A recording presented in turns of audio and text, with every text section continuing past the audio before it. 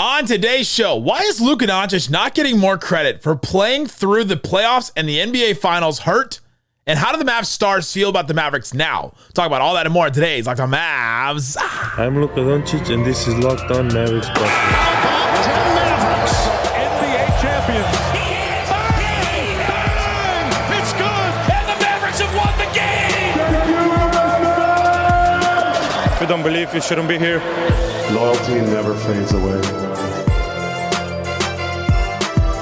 And welcome. You are locked on to the Dallas Mavericks. My name is Nick Angstadt, media member and NBA channel manager for the Locked On Podcast Network. Your team every day. Thanks for being part of the show, making Locked On Mavs your first listen today, where the best way you can help us grow the show is to listen every day, leave a 5-star review on any podcast platform you listen to, like the video on YouTube, and comment anything below. Let me know in the comment section.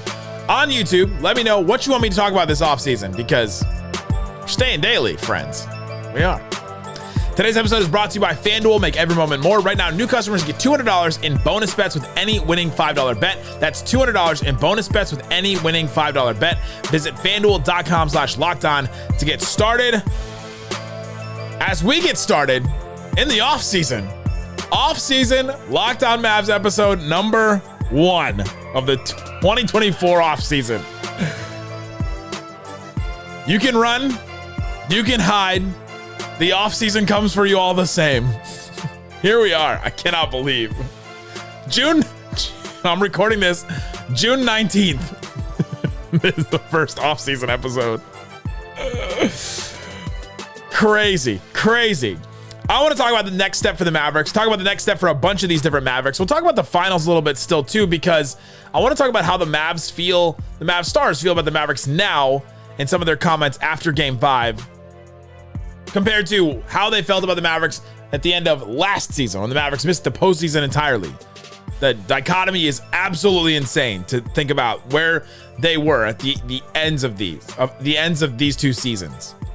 I also want to talk about how Kyrie handled Boston, because there's something at the end of Game 5 that I didn't mention on the show that I noted immediately during the game and when it was happening, but we didn't talk about it. So I do want to go back to that, about how Kyrie handled Boston. But we got to start here. I think we got to start here because this has been an absolutely insane season. And I just want to put it in a little bit of perspective and context right now, because the NBA Finals ended June 17th for the Mavericks. June 17th, the last day. The first day of the Mavericks season started in Abu Dhabi all the way back October 5th. 8 months. That's 256 days. It's 100 days short of a year. 100 days, 3 months. Absolutely insane the length of the season the Mavericks just played. October 5th to June 17th. Think about all the things that were happening on October 5th that aren't now. Oh my gosh. Insane. And you think about the length of that entire season compared to the Mavericks after the OKC game, which was the first game of the trades. After Daniel Gafford and PJ Washington joined the team was essentially set at that point. 4 months. I see a lot of people say 5 months. No. From February 10th to June 17th, 4 months, 7 days. That's 128 days total. Wild. This team spent as much time without PJ Washington and Daniel Gafford as they've spent with them, which is also kind of wild to try and put it all into context. But the length of the season is wild to think about. Think about all the things that Luka Doncic had to go through this season. Think about all the different times he was asked to play 40 minutes, asked to score the most points for the Mavericks, drive them in assists, playmaking. Luka and Kyrie being the offensive scheme. They're the scheme. How many times did kids say they're the scheme? Regular season, Luka played 22 games. He played over 40 minutes. Playoffs, an insane workload for Luka Doncic. He played 16 games. 16 out of 22 games, he played over 40 minutes. And the games he didn't play over 40 minutes, he played 39, 38, 37, 36, and 32. And 32 was the one win against Boston. The huge blowout by 38 points. Luka Doncic's workload, the length of the season, what he was asked to do, the amount of teammates he was asked to play with, it was one of my big things for him in the MVP conversation. He has been asked to do the most. He takes the hardest shots in the NBA because of the way the Mavericks offense is set up. There are no easy baskets for him. He only can take tough shots because of the spacing for the Mavericks, the way their offense is set up, what he's asked to do. He's the scheme. He's the offensive engine. And yeah, some of it is on him too. But Luka is asked to do the most.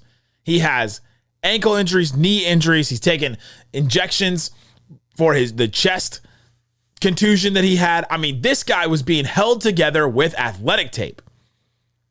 And he was asked after game 5, he said, how hurt were you basically? And he said, it doesn't matter if I was hurt.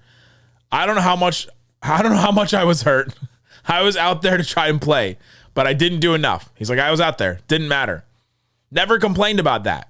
Luka is known as a whiner, complainer, baby. That's all the things that people say about him. Never complained about being hurt. Never complained about playing through an injury. Never showed up to a post game with like a cast on his arm or something like wrapped up in all the tape or anything. Never did that. Never made a show of it. Yeah, he was wrapped up before games and there was the picture of him looking like a mummy in the NBA finals. But I mean, that's functional. That's before a game. Never made a big deal about it. JB Bickerstaff, the former coach of the Cavs, went on Sirius XM today, and I thought that he brought this up, and I thought that it was a really interesting thing. He said, this is the guy that was taking shots in the ribs so that he could go out and play, right? He was playing through pain. He wasn't complaining. He was still playing 40-plus minutes, trying to go out and get it done, basically saying that Luka is not getting enough credit for all of that. And yeah, of course, it's if you get destroyed 4 out of 5 games, it sounds like an excuse. Of course. Of course it's going to sound like an excuse. But I think, take that aside. Celtics won. They were the better team, better constructed. Enjoy it. Enjoy your shamrock in your display name. All great. I think Luka deserves, for the entire length, this is not about you anymore, Celtics. For the entire length of the playoffs, Luka was playing hurt. He was on the injury report every single game. He was downgraded multiple times from probable to questionable in the playoffs, multiple times. He played through all these injuries. And yeah, we've seen Dirk play through injuries in the playoffs. We've seen Kobe play through injuries. Obviously, we've seen a bunch of players play through injuries in the playoffs. And that's what star players do. That's what your best player does. And I think Luka Doncic deserves a ton of credit for playing through all that. One thing that Kyrie noted after game 5, he was giving lots of credit to the Celtics and doing all that. One of the things he mentioned specifically, they were healthy. Which is actually not true. Because Porzingis wasn't healthy. Porzingis played 7 games. Porzingis played 7 games in the playoffs. He played one and a half games in the NBA Finals, basically. 2.5 games, sorry. But Kyrie specifically mentioned they were healthy. Like, gave them credit, talking about them. Noted that specifically. Because I think he was thinking about Luka Doncic. And I think he was thinking about all the things that Luka went through. The Celtic star players were healthy. Luka was not. And I think Luka deserves some credit going through this whole thing. If you're going to bring up, he's got to be better and all this. And yes, I've done that. I've talked about that, Luka being better after game 3. Of course I was going to come on here and say Luka's got to be better, defense got to be better and all that. But the fact that he was doing it through all these injuries and all that, the fight, like the warrior mentality we saw from Luka to work through all that, we can never question his dedication to this team, to winning, to wanting to win, to his teammates. Can never be in question. He didn't back down from any of it. And I just think he absolutely deserves credit for it. So one of my big questions after the finals, how hurt was Luka? Just like how many licks it takes to get to the center of a Tootsie Pop. The world may never know. I'm not an owl with glasses and a graduation cap, so we may never know how hurt Luka Doncic was. But I know he was very hurt. It was affecting him a lot. And I think he deserves a lot of credit for playing hurt through all of this. And so coming up, let's talk about Kyrie. How did Kyrie handle Boston? There's something that he said after the game, something he did at the end of the game that I thought was a great move by him. even if he didn't handle Boston very well. We'll talk about why coming up. If you don't believe, you shouldn't be here. Today's episode is brought to you by eBay Motors. eBay Motors has you covered with all kinds of parts for your car, truck, SUV, all kinds of stuff like that. Go check it out at ebaymotors.com. Passion, drive, patience. The formula for winning an NBA championship is also what keeps your ride or die alive. eBay Motors is everything you need to maintain your vehicle, level it up to peak performance with superchargers, roof racks, exhaust kits, LED headlights, and more. Whether you're into speed, power, or style, eBay Motors has you covered with over 122 million parts for your number one ride or die. You'll always find exactly what you're looking for, and with eBay Guaranteed Fit, you know that part is going to fit your ride every time or your money back, because with eBay Motors, you're burning rubber and not cash. With all the parts you need at the prices you want, it's easy to make your car the MVP and bring home huge wins. Keep your ride or die alive at ebaymotors.com. Eligible items only. Exclusions apply. eBay Guaranteed Fit only available to U.S. customers.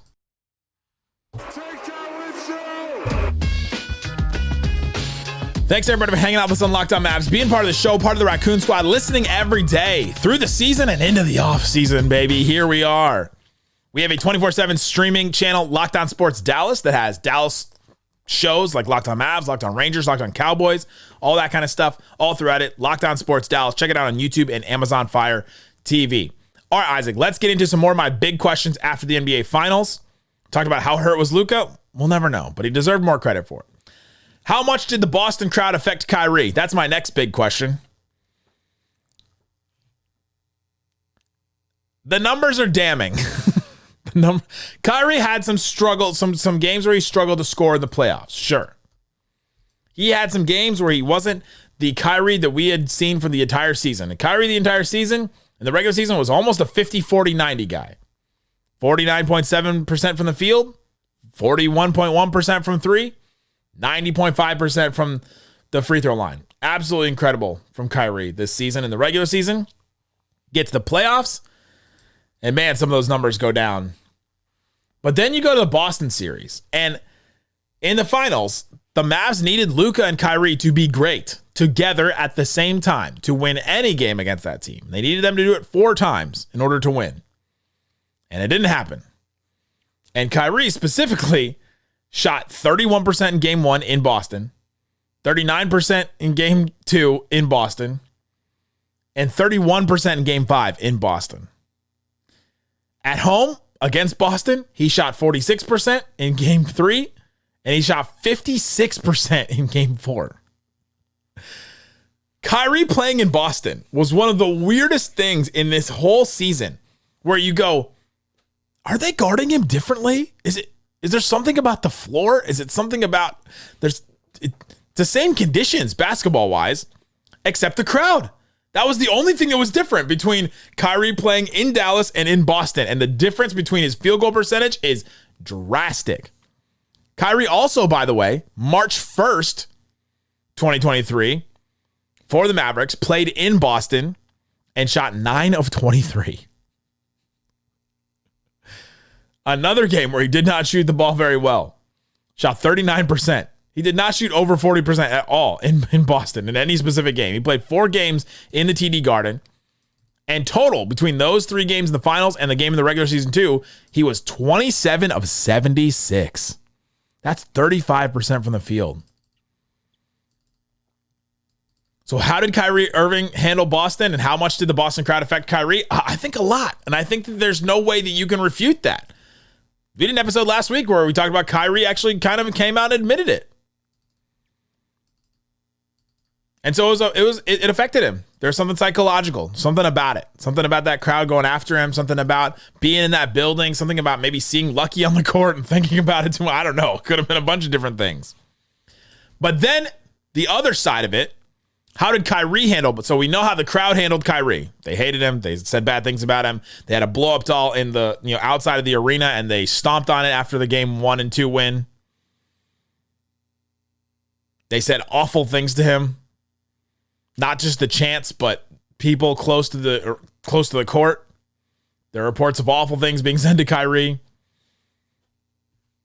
But then how did Kyrie handle Boston, and how did he handle the other team? I thought that one thing that I saw him do was, before the final whistle had even blown, 2 minutes left, Kyrie knows, all right, I'm going to get taken out of this game. Kid's gonna put up the white flag. He's gonna put in the reserves. He's gonna put in the garbage time guys. So Kyrie, before anybody really even knew that the game was ending, before the crowd even got into it and realized, hey, we're about to win an NBA championship, or even like started the celebration of we're about to win an NBA championship, Kyrie went to each individual Celtic, dapped him up, gave him a hug, said a couple words to him, and went to each individual one. Went to the bench, talked to the guys that he knew there, went to Joe Mazzulla. Like, the game is still going on.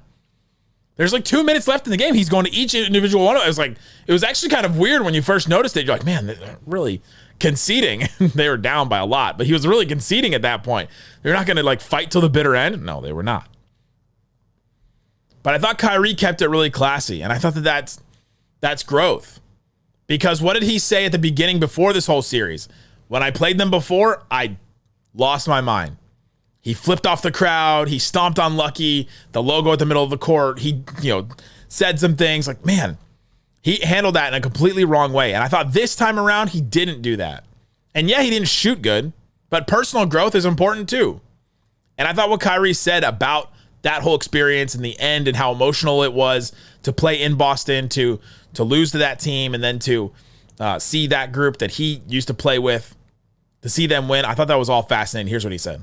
Yeah, it was emotional anyway. I mean, every series was emotional, just because I was just uncertain on how it was going to go and how we were going to respond to a little bit of adversity. We finally ran into a team where, they beat us fair and square, and we weren't able to respond to a lot of their runs, and we weren't able to execute at a high level. So when I was shaking everybody's hands, that was more of a sign of respect for their journey. They've been through an incredible 5-year span of going to game sevens or losing in the finals. So they know what this bitter feeling feels like, being up here and answering questions about what this next year hold. And I think they used everything as motivation.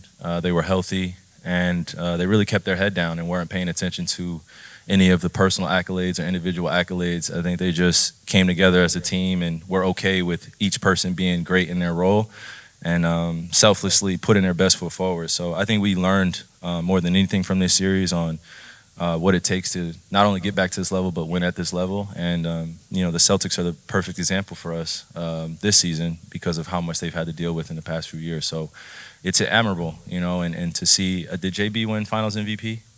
Yeah, that was big time to see that trophy in his hands. I think him and JT should have split it, but, those two guys in particular have, almost been like students and as well now becoming teachers in their own right. So to see them accomplish that, I'm really proud, and also extremely motivated to get back to this position in the next few years with my guys and be able to win this thing.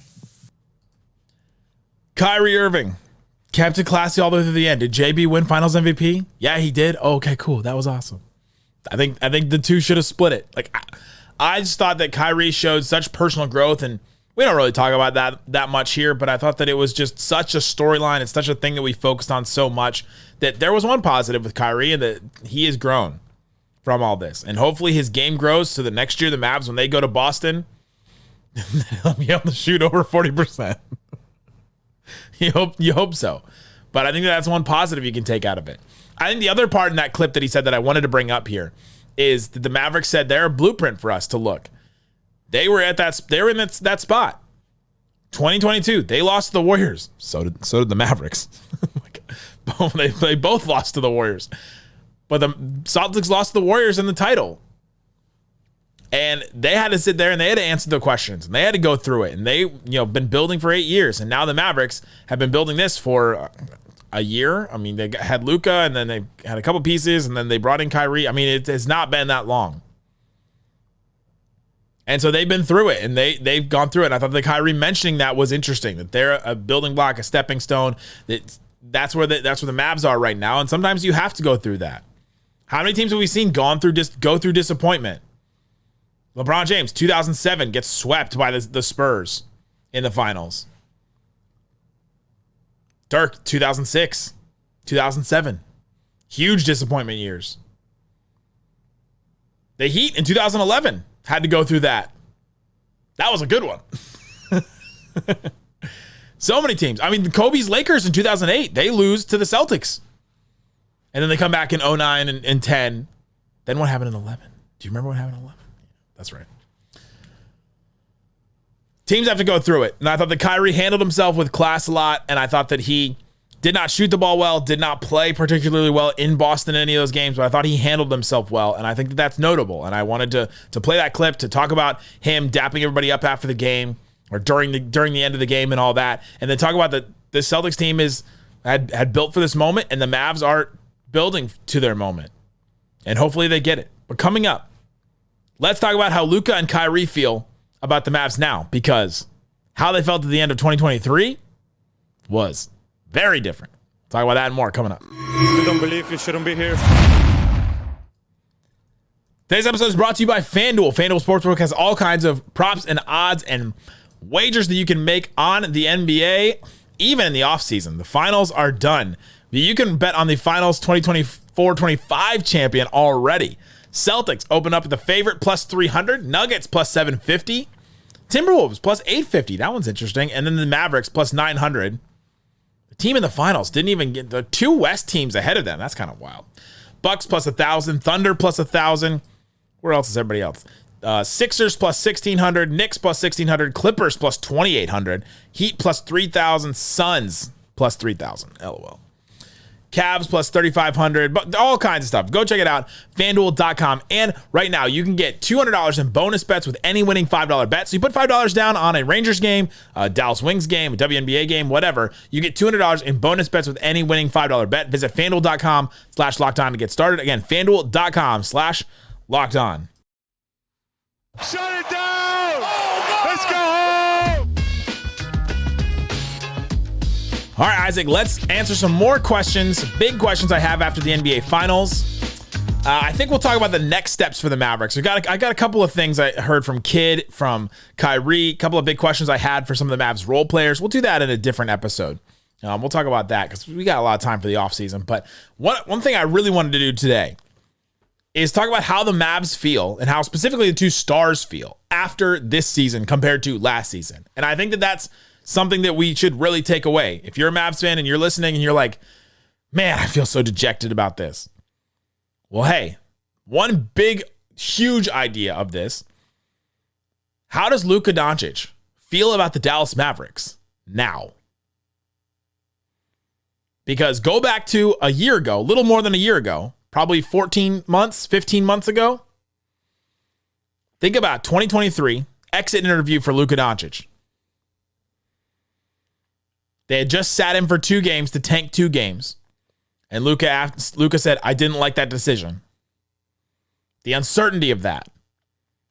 And then somebody asked Luka Doncic in his exit interview about the end of the season for the Mavericks and how they were going to miss the playoffs and all that. Luka said this, something's got to change, for sure. Last year, we went to the Western Conference Finals. We were having fun. I always talk about the chemistry we had. Something has to change for sure. And do you remember that Tim McMahon made the report that there were people around Luka that were concerned that he was going to request a trade? Now, Luka came out and immediately squashed it and all that and said that he never said that. And Tim McMahon never reported that Luka ever said that himself. But there was concerns in the Mavs front office that Luka would go the route of Anthony Davis, of Kyrie Irving in the past, of other players that have requested trades from their team. Kevin Durant, the Brooklyn Nets. And think about and go back and remember in your Mavs fan mind, your MFFL mind, the uncertainty of the end of 2023. And now think about now where Luka Doncic is. After Game 5, Luka said this, I feel great. We did some great moves. I would say we've been together for 5 months. It's actually 4. I'm proud of every guy that stepped on that floor. All the coaches, all the people behind. Obviously, we didn't win the finals, but we did have a hell of a season, and I'm proud of every one of them. What a difference a year can make. How does Luka feel about the Mavericks now? I think he's motivated. I think he looks at this season and goes, man, look what we just did. I'm proud of every one of them, he said. Every guy that stepped on that floor. Luka stepped up as a leader. He stepped up for his physical conditioning. Don't let anybody tell you that he didn't. He stepped up and was a warrior fighting through all these injuries. We talked about that at the beginning of this episode. Luka was better three-point shooting during the regular season and free throw during the regular season. And those two big things went down in the finals specifically and also in the playoffs because he was hurt. Luka got better this season. He and Kyrie were the two leaders of this team. Luka played with a bunch of different players. Luka welcomed a bunch of different players. They figured out a different style. He played faster this year. Forever. How long did we say this team can't play faster with Luka? Or did other people say? I knew forever that they could do it. They just never had committed to it. They finally committed to it this year and they played faster. They played with centers. They finally got the centers that Luka wanted. Remember, there was a time when Luka said, or when they traded for Gafford, they said, I finally got the centers that I've been waiting for, that I've been asking for this whole time here. The Mavs are delivering for Luka. For your NBA star, you've got to deliver in key areas. And they delivered for Luka, and Luka delivered back. Got him to the NBA Finals. Absolutely insane. Think about where they were in 2023 and how uncertain that moment was. What did you think? What did you think in that moment? When you heard that exit interview, when you heard Luka say, something's got to change. There's the uncertainty. Would he request a trade? And if they do this again next year, will he request a trade then? That's where we were with this. It's insane. It's insane to think about that. Now on the Kyrie Irving front, how does Kyrie feel about the Mavs now? Remember the end of last season, Kyrie had been on the team for 3 months, 2 months, right? It was February and then February, March, and April. Not even all of April. I actually want to see how long it was because it was not very long. Kyrie joined the Mavericks February 6th. And the season ended April 9th. 2 months, 2 days. 2 months, 3 days. He played not that many games for them. He played what, 16? 20 games for the Mavericks last season. And then he was going to be a free agent. Think about the uncertainty you had then. Oh, they wouldn't trade for him unless they knew that he was going to sign. Did we? What about all the time when there was the rumors about Phoenix? Phoenix going after him, making a trade for him. The Lakers, all the Brian Windhorst reports about the Lakers and Kyrie and all that. They all seemed improbable, but there was a seed of doubt there. Man, is Kyrie really going to sign up for this again? They just missed the playoffs. They missed the entire postseason. There was a bunch of questions about the Mavs, and Kyrie ended up signing and it ended up working out and all that. But Kyrie said this after Game 5. We answered a lot of questions this year on what we're capable of doing, and now it's just about being consistent, I think from a spiritual standpoint, I think I enjoyed this journey more than any other season just because of the redemption arc and being able to learn as much as I did about myself and my teammates and the organization and the people that I'm around. At the end of the 2023 season, Kyrie had played 20 games, whirlwind, insane. He had never been traded midseason before. He got out of Brooklyn, got to Dallas, and he was a free agent, and he could make his own decisions. And now he's here saying we answered a lot of questions about what we're capable of, and I enjoyed this season more than any other.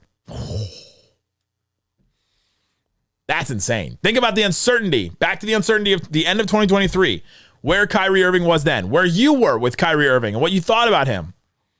How many things did he prove wrong this season? He's right. We answered a lot of questions this year. Absolutely. Can Luka and Kyrie play together? Answered. Can they come through in the clutch? Answered. Can they win together? Answered. Can they be a finals team? Answered. Can they play in different ways? Answered. So many things this team did answer this season. And I think that's amazing. Think about where Luka was at the end of 2023, where Kyrie was, and where they are now. Incredible.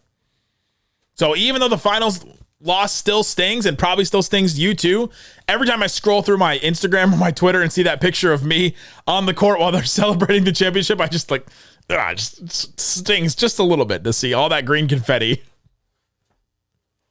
Dang it. Oh. I need a recovery beer. In a bad way. I need a recovery beer. But man, there are some good things that came out of it. I think that Luka showed a insane dedication playing through the injuries that he did. I think Kyrie showed a maturity and a next level, stepping up as a leader and as a teammate, being an example for the rest of his teammates. I think that Luka and Kyrie feel so much better about the Mavericks than they did just a year ago. And I think that's absolutely something insane and awesome that the Mavs have taken out of this. And I think that's super great. Guys, thanks for hanging out with me on Locked On Mavs, being part of the show and listening every day. We'll continue daily. I'll probably have Isaac on sometime soon. We'll have Dana Larson on sometime soon. Do some offseason stuff. And go subscribe, listen to the podcast, wherever you get your podcast, YouTube. Thanks so much for listening to Locked On Mavs. Peace out. Boom.